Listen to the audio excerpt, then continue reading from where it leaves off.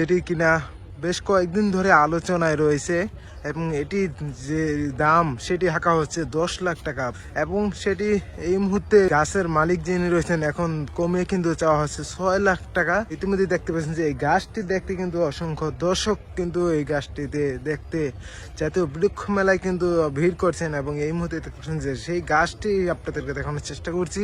6 লক্ষ টাকার কোনো খেজুর গাছ হতে পারে নাকি? চা হয়েছে 10 লক্ষ, কিন্তু বাংলাদেশে এটা অ্যাভেলেবেল না থাকার কারণে এরকম দাম চেতেছে। আসলে তো এখানে ওইরকম বেনিফিট হবে না। 6 লক্ষ টাকাতে এই গাছ থেকে কখনোই উঠবে না। এটা একটা বুকার মতো না। তো আসলে বাংলাদেশের জন্য এটা প্রযোজ্য না এই দামটা।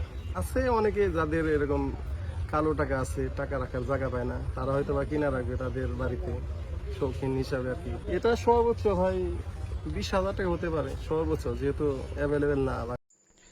ওই বৃক্ষ মেলার ওই গাছ যদি 10 লাখ টাকা দাম হয়, তাহলে আমার ভিউয়ার্স যারা আছেন তারা আমার এই ভিডিওটা শেয়ার করে তাদেরকে দেখাই দিবেন। তাদেরকে তো আমি এইরকম বড় গাছ দিতে পারবো না, এখান থেকে নেওয়া সম্ভব না। তাদের যদি ছোট এইসব গাছের চারা দরকার হয়, আমাকে 50,000 টাকা দিলেই হবে। সে 2 বছরের মাথায় এরকম খেজুর গাছের ফল পাইবে। মানুষরে একটা বাহতাবাজি দেওয়ার একটা লিমিট থাকা দরকার। 2 টাকা দামের খেজুর গাছ, যেটার দাম নাই 2 টাকা, এই খেজুর গাছের দাম 10 লাখ টাকা দাম চায়। মানে বাংলাদেশের টাকার মনে হয় টাকাই মনে করতে পারছে না। এখানে ছোট ছোট খেজুর গাছ, 1 বছর 2 বছর গাছ, এই যেখানে আপনার দেখাচ্ছে এই যে ছোট একটা গাছ চারা, ওই যে দেখেন মানে গাছ থেকে চারা হয়েছে, এই গাছটা আমি নিয়ে দিতে পারি। যদি আমাকে 1 লাখ টাকা দেয় তাহলে আমি এই গাছটা নিয়ে দেবো। আমার 10 লাখ টাকা দরকার নেই।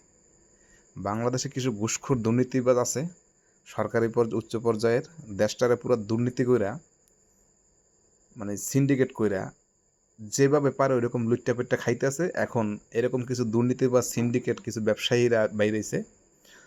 50,000 টাকা দামের ছাগলের দাম 14 লাখ টাকা, 5,000 টাকা দামের খেজুর গাছের দাম 10 লাখ টাকা। মানুষকে বাওতাবাজি কইরা যে কিভাবে যে চুইসা খাইতেছে দেশের মানুষ, কিছু কিছু মানুষ বলার বাহিরে।